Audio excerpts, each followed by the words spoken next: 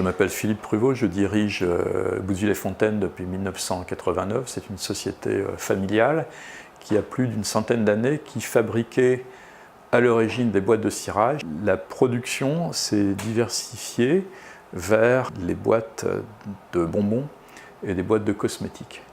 En fait, notre matière première, c'est le fer blanc qu'on imprime d'abord et qu'on transforme ensuite en boîte.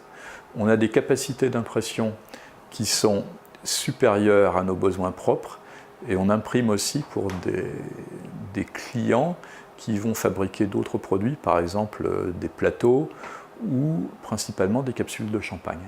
Nous fabriquons des boîtes rondes exclusivement, pas de boîtes carrées, pas de boîtes rectangulaires. La technique, c'est l'emboutissage.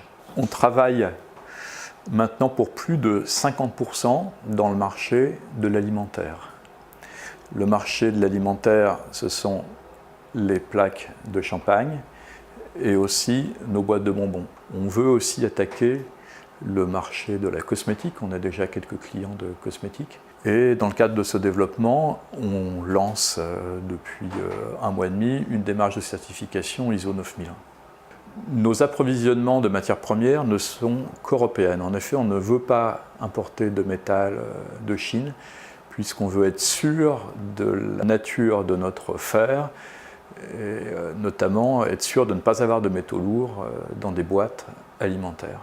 Ces dernières années, nous avons fait des investissements importants dans la production de boîtes.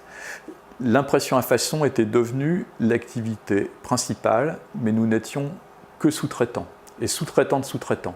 Donc ça nous paraissait très fragile, et on a décidé de réinvestir de façon importante dans la production de boîtes sur des machines automatiques, et des machines automatiques versatiles qui nous permettent de changer facilement nos outils, et donc nos formes de boîtes. Les investissements programmés très prochainement, ce sont ces sorties de ligne, le développement de nouveaux types de boîtes et principalement des boîtes à fermeture à vis.